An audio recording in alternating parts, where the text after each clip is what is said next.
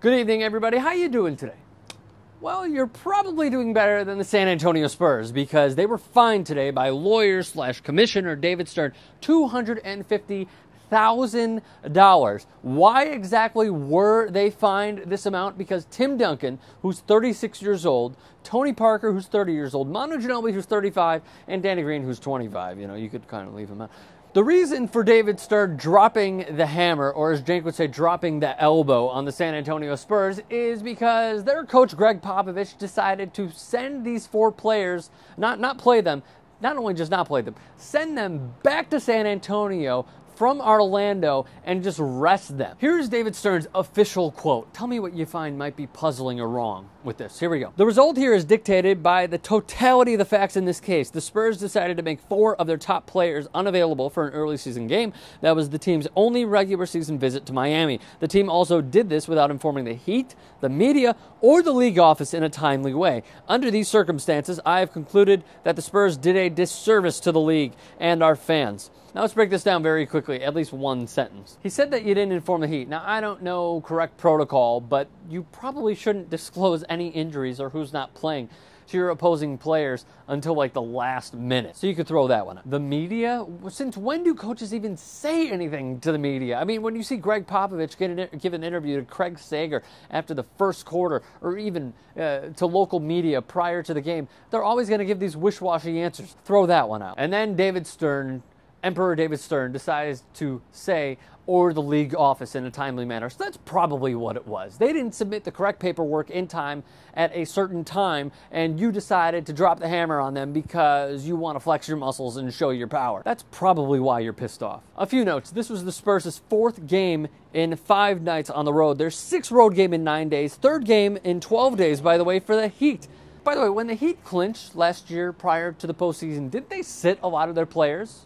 How come they didn't get fined? Something to think about. Food for thought. By the way, this game was close. It was a 105-100 win for the Heat, and they needed a 12-2 run to win the game. You play to win the game. They needed a 3 from Ray Allen in the final minute in order to put away the San Antonio Spurs. The San Antonio Spurs is B squad, for that matter. So you're finding them because he didn't sit his players, even though it was a close game. But what if they won? Would they still be fined for not putting out a good product on the court? Another thing to think about, don't we applaud Gregg Popovich and the San Antonio Spurs for being most fundamental, best organized, and best managed teams in the NBA? So is this not managing your team to better themselves in the future? For Gregg Popovich, isn't he just shooting himself in the foot? I mean, he's not putting out his best team. So isn't he punishing himself and his team because he's putting them in a position to lose?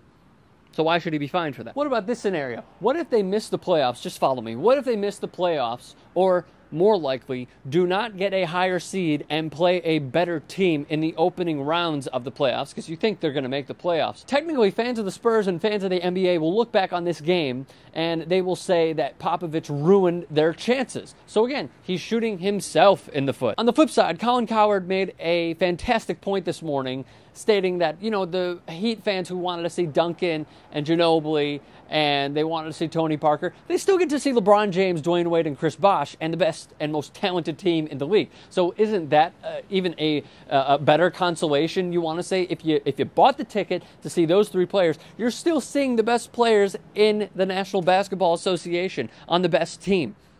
Also, by sitting these players, you could say that it's addition by subtraction. They're subtracting this game, and they're not necessarily throwing a game. He's clearly not throwing a game.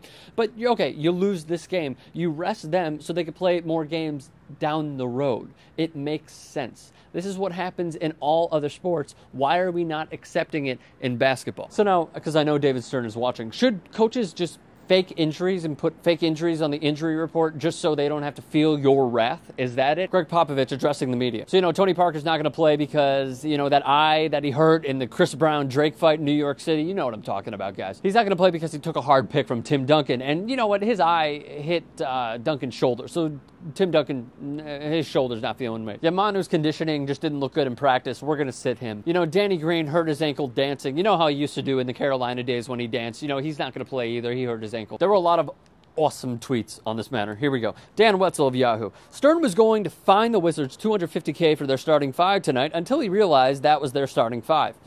If there's one team that is catching the most shit out of a story that has nothing to do with them, it's the Wizards. J.A. Adonde, and people say no one cares about the NBA regular season. Chris Ballard, would 10 minutes of Duncan been okay last night? How about 5? If the Spurs claimed he was sick, would that be okay? Bill Simmons had the best one in my eyes. Disservices, David Stern didn't mention. 16-game lockout. New Orleans getting number 1 pick.